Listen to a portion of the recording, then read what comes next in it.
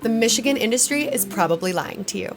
The strain you swear by, the one that always hits or never lets you down, well, the truth is, it might not even be the strain that you think it is. In Michigan, companies can legally white label. That doesn't just apply to products or brands, it applies to strains too. That gelato might not be from the cultivator you expect, but it might not be gelato at all. You're probably wondering what white labeling is altogether. This is when a brand or a company buys from another brand or company and then sells it as their own under their own name or their own strain. In Michigan, this is completely legal. This means that multiple brands can be selling the exact same flower under multiple different strain names. This isn't always a shady practice. A lot of small companies use this to grow, but in the end, transparency matters.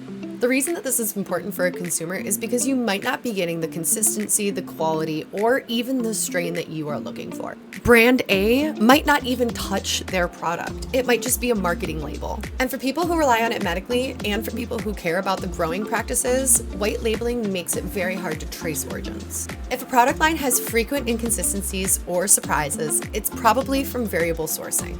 And when white labeling comes in, it makes it harder for a consumer to identify reliable effects that they are used to in certain strains. White labeling ends up selling trends instead of the truth. Typically, it's for marketing purposes, to make you seem bigger and better and like your strain is a different strain than what they're looking for or what they've had before. And it lets brands hide when something goes wrong because the real manufacturers are typically not known to the public. When you're buying flour, make sure you're asking the real questions, like where was this sourced from, or if this is a single source method. Some brands are really transparent and some brands aren't. That's why you should always look for companies that own their values, name their partners, and educate honestly. And remember,